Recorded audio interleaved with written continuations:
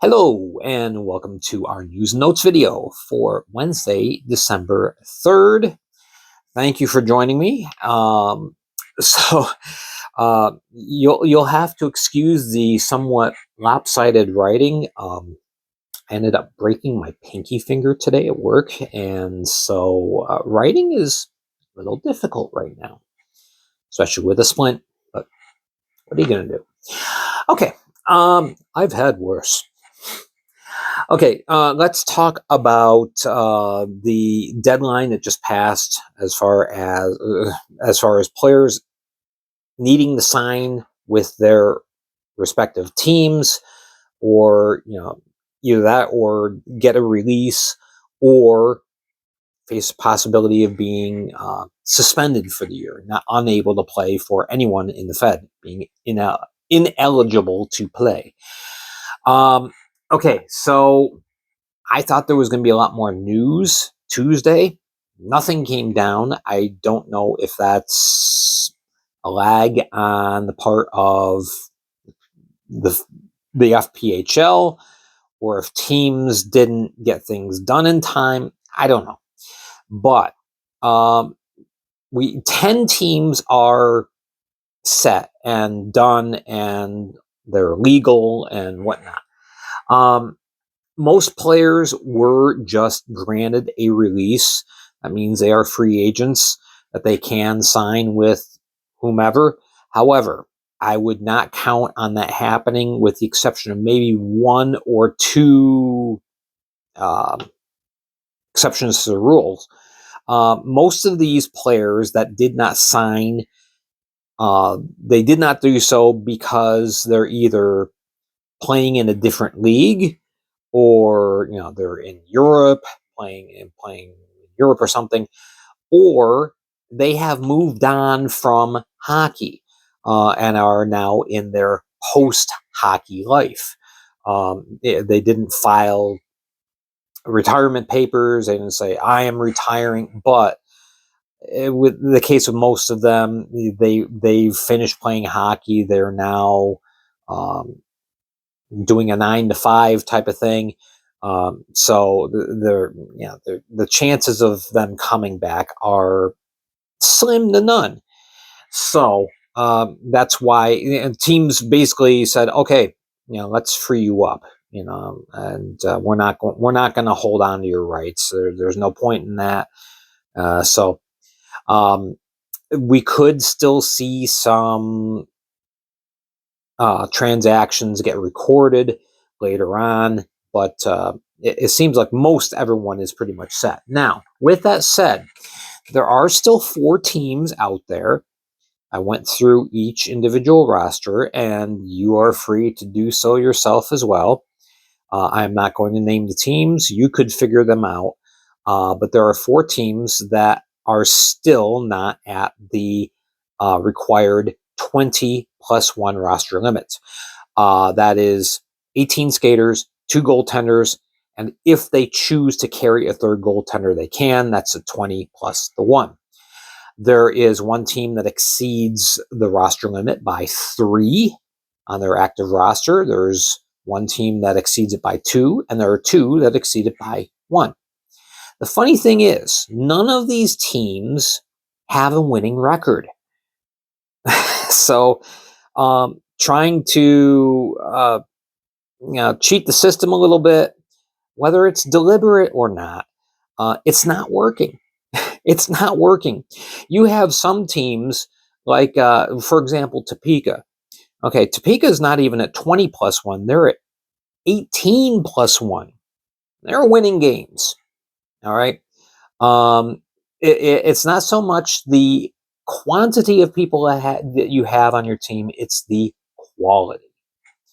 So I'm not going to name the teams. The teams know who they are at this point. But it is kind of ironic that it turned out none of them have a winning. So any team that you see, if you look at the standings and you see a team with a winning record, their rosters are fine. They're perfectly fine. All right. Now there is an exception with the deadline. and I want to talk about this a little bit. I found this out on Saturday.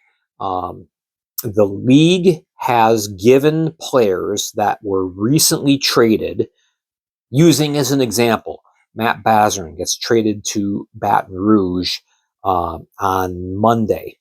All right. The league recognizes that Matt might not be able to get to Baton Rouge right away if he wants to play.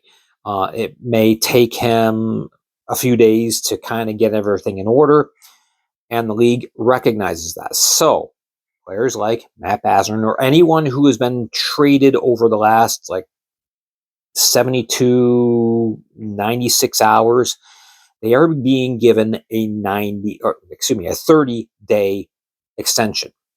All right. So they have to sign with their team by January 1st, but it's only those few players that were moved very, very late. All right. Everyone else, the deadline has passed. So, again, I just use Matt Bazarin as an example because I know he just got traded. You have Dustin Perilla going from Biloxi to Athens. If he wants to play for Athens, he's got to sign in the next 30 days. So there you go. Okay. I'm not going to talk really in depth with this or very long with this, but I wanted to address it because I was blown away by the response that my Sunday video got. And I'm assuming it got that much of a response because I had the picture on the teaser of the Elias Thompson incident in Athens from Saturday. If you didn't know, there was some nastiness on the ice. So Tucker Scantlebury was given the gate, let off the ice by the officials. He goes to go into his dressing room, and Elias Thompson, who is on IR, so he's not even dressed, he's on IR for Athens, meets Tucker in the hallway, gives him a shove. There's some words exchanged. There's a couple of blows reportedly exchanged. So there you go. Now, I'll be honest, okay? Most of the players in the Fed I really, really like. I'm not a Tucker Scantlebury fan. I'm not an Elias Thompson fan, okay? And I have my own personal reasons for that. I'm not going to get into why they're not my faves, okay? I will just say they're not. So anyway, the point of why this matters, why does it matter if Elias Thompson is suspended or some kind of disciplinary action comes out of this?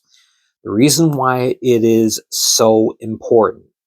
Thank God nobody got hurt in this incident. Elias Thompson didn't get hurt. Ben Stefanini didn't get hurt. Tucker Scantlebury didn't get hurt. The bus driver didn't get hurt. Okay, everyone was fine. However, this is a serious breach of protocol. And there is an unwritten rule, just like there is an unwritten code for player conduct on the ice. There is also an unwritten code for conduct off the ice as well. And one thing that absolutely can never, ever happen is you go into areas where you don't belong. This being Athens, it was a home game. If you're on the home team, you do not ever, ever, ever, ever belong in the opposing team's dressing room or in that hallway, in that pathway that goes back to the dressing room. You don't go there. All right. If you're not dressed, if you're scratched, whether you're on IR or you're a healthy scratch, you're either in the crowd, or if the team can use you as an assistant coach, you're on the bench, or you're, in your own corner by your own dressing room. All right. That's where you are, nowhere else. So the fact that Thompson did this, it's a problem. We have had several incidences over the last season and a half now where security protocol has broken down. Usually it's because of a fan, but in this case, it's a player. All right. There are just certain things, again, certain places that you don't go. You do not go up to an opposing player trying to get into their locker room and get in their face and push and shove them or touch them. You don't do it. It's security. The security of the players, the well-being of the players is paramount.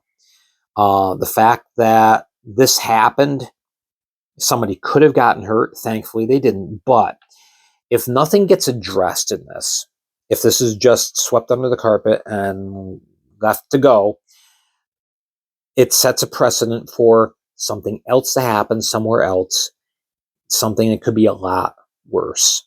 And that needs to be prevented.